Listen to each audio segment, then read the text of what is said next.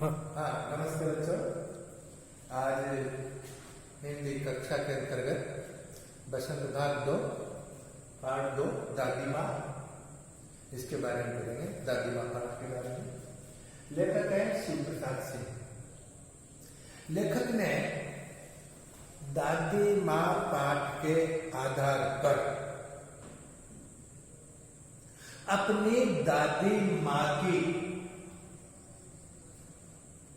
पुरानी यादें, लेखक के साथ उनका घनिष्ठ आत्मीय संबंध, अपने दादी माँ के ममतामयी, स्नेहमयी और दयामयी मूर्त का वर्णन किया है।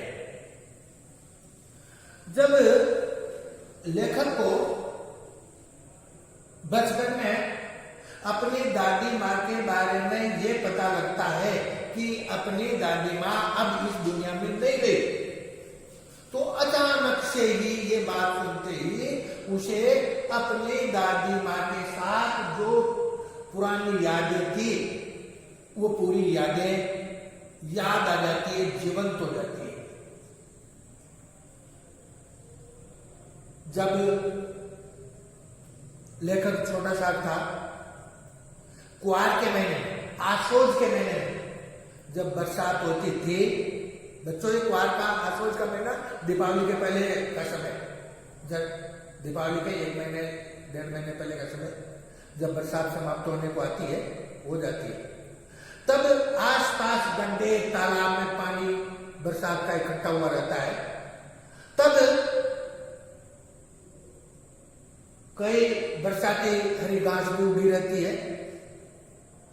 उस समय लेखक अपने दोस्तों के साथ तालाब में, गड्ढों में कूद करके नहाते थे, वो याद आ जाती है। अब कूद करके नहाने पर कभी कभार बुखार आ जाता था। बुखार आने पर दादी माँ उसको एक अलग से कमरे में सुला देती थी। घर वालों से कहती थी कोई इसके पास नहीं आएगा, कोई छुएगा नहीं, और वो खुद आती, नहा धो करके आती, अपने सिर के बालों में पानी टपकता रहता और उस पानी से वो उसको छींटे लगाती। पता नहीं कहाँ से वह कुछ मिट्टी उखाड़ करके लाती, मिट्टी लेकर के आती, कुछ बबूट टाइप लेके आती और लेकर के मुंह में रखती,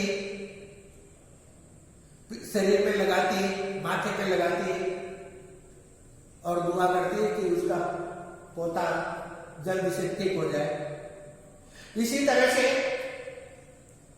किशन भैया की शादी की बात याद आती।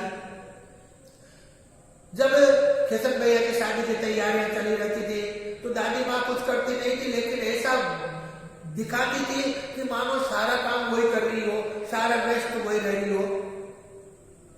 उसी समय रामो की चाची धन्नो सामने नजर आ जाती है, तो दादी माँ अचानक से उससे बोलती है कि तुम जल्दी से पैसा दे दो, तुमने जो पैसा उधार लिया है वो पैसा दे दो। तो रानी की चाची बोलती है कि दादी बेटी की शादी है, अभी पैसा नहीं हो पाएगा, अभी तो और पैसे की जरूरत है। लेखक उससे कहता है कि भाई उसकी बेटी की शादी है तो कुछ, हाँ तू आया मुझे समझाने के लिए, इस तरह से कह करके वो डांट देती, लेकिन किसी को नहीं बताती। और वो रानी की चाची को 10 रुपए दे करके, उस समय बच्चों 10 रुपए 1000 रुपए के बराबर थे, तो वो दे करके मदद करती। और रास्ते में जब लेखक के सामने दादी माँ मिली तो लेखक को वो रानी की चाची मिली तो कहती है कि बहुत धन्य है, बहुत पुण्य आत्मा है, बहुत अच्छी है, उसने पैसे के पहले के पैसे माफ करके फिर से उधार दे दिए। वो बातें याद आती। किशन भैया की शादी की घर में तैयारियां होती है। लेखक का किसी कारण से बीमार होने की वजह से उसके किशन भैया की शादी में बारात में नहीं जा सका। लिया जाओ दालान में, बरामदे में चारपाई बिछा करके सोता रहा। घर में शादी के अवसर पर आसपास के मोहल्ले की औरतें इकट्ठे होती और कुछ नाटक टाइप इस तरह के शादी विवाह के गीत और दृश्य दिखाए जाते हैं। वो नाटक में बच्चे के जन्म से लेकर के पुत्र उत्पन्न तक के दृश्य औरतों के द्वारा दिखाए जाते हैं। तो लेखक चारपाई पे सोया हुआ था, औरतों ने थोड़ा सा एतराज किया कि ये बच्चा सो रहा है, तो दादी माँ ने बोल दिया है तो बालक की सो जाने दो, उसको क्यों डिस्टर्ब कर दिया। और लेखक को जब वो दृश्यों में देख करके हंसी आ जाती है तो सबको पता लग जाता है, बंदा फूट जाता है। औरतें बोलती है कि ये बच्चा है, चलो इसको दूध पिलाते हैं। तो दादी माँ बोलती है कि नहीं, बच्चे को क्यों वो लगती है, और इस तरह से वो सारा दृश्य दिखा करके वो सब बातें याद आ जाती है। इसी तरह से बाद में जब दादाजी के लिए बोलती है कि दादाजी ने भी मेरे लिए धोखा दिया। पहले तो जो कहते थे कि तेरे जाने के बाद मैं यहाँ जाऊंगा, अर्थात तेरे मरने के बाद मैं मरूंगा, लेकिन वो मुझे छोड़ गए और वो पहले चले गए।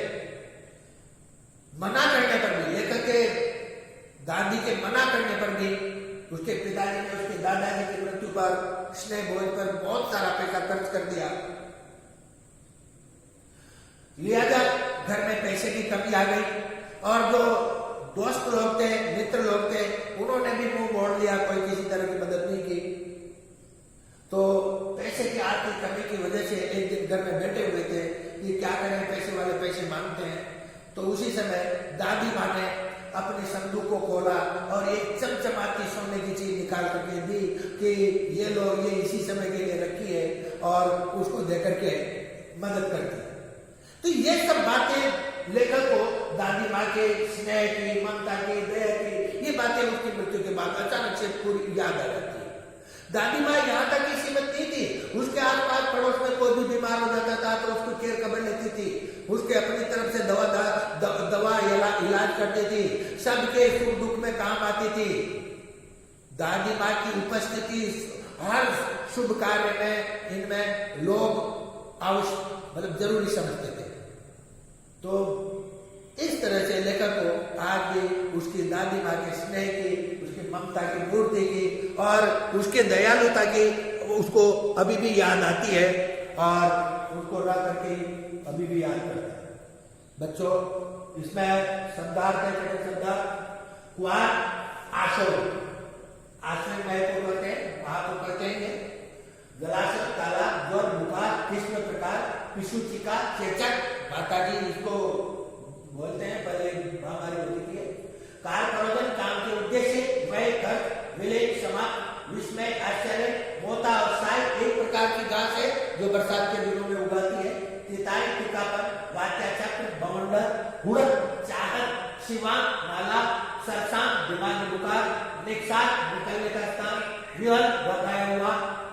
ये शब्दार्थ है बच्चों, आप इनको लिख लेना और पूरे पाठ को एक बार फिर से बड़े मनोयोग से, मन में ध्यान से इसको कर लो। और एक ये है कि आप कि दादी माँ आपके लिए क्या क्या काम करती है और आपको दादी माँ की किस प्रकार से याद आती है, इस पर आप एक लेख लिखिए।